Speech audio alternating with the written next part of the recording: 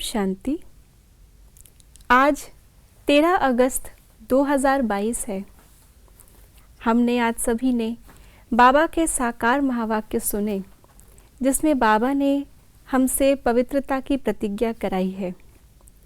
तो प्रतिज्ञा जो बाबा ने हमें पवित्रता की कराई है, उसकी गहराई में आइए चलते हैं आज के बाबा के अव्यक्त इशारों के माध्यम से।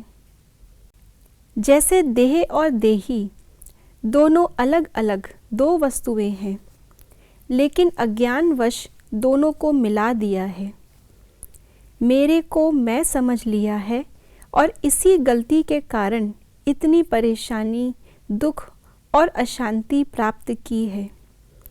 ऐसे ही यह अपवित्रता और विस्मृति के संस्कार जो ब्राह्मणपन के नहीं शूद्रपन के हैं, इनको भी मेरा समझने से माया के वश हो जाते हो और फिर परेशान होते हो। सबसे बड़ी भूल जो बाबा मुरलियों में हमें कहते हैं वो ये है कि हम स्वयं को और बाबा को भूल गए। इस एक भूल से ही बाकी सारी भूलें होती हैं। माया के आने का द्वार भी इससे ही खुलता है।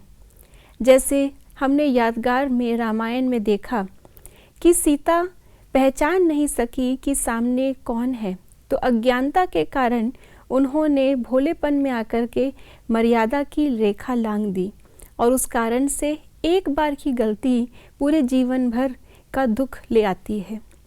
ऐसे ही आज बाबा ने कहा कि मैं और मेरा, मैं आत्मा देही और मेरा ये देह, इसके अंतर को भूलने से ही, यही लकीर को लांघने से मैं मेरे में फंस गई, जिसके कारण से माया के अनेकों द्वार खुल गए और वहीं से आधा कल्प का दुख भी शुरू हो गया। तो ऐसे ही बाबा ने अब जब हमें ये स्मृति दी है कि मैं कौन, मैं देही आत्मा।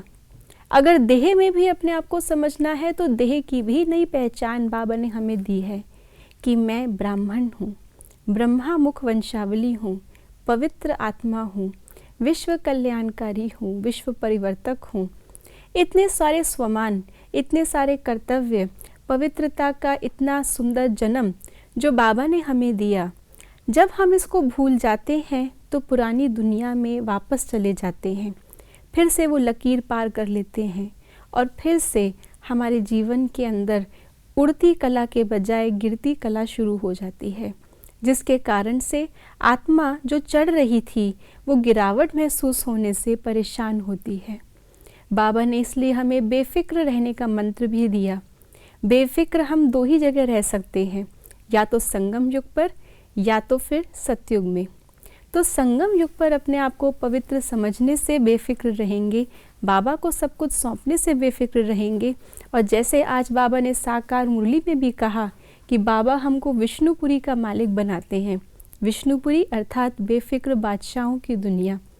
तो ऐसा बेफिक्र बनने के लिए, परेशानी और दुख से मुक्त होने के लिए सबसे पहले अपनी इस भूल को हमें सुधारना है, ज्ञान का स्वरूप बनना है कि मैं आत्मा वर्तमान ब्राह्मण पवित्र हूँ।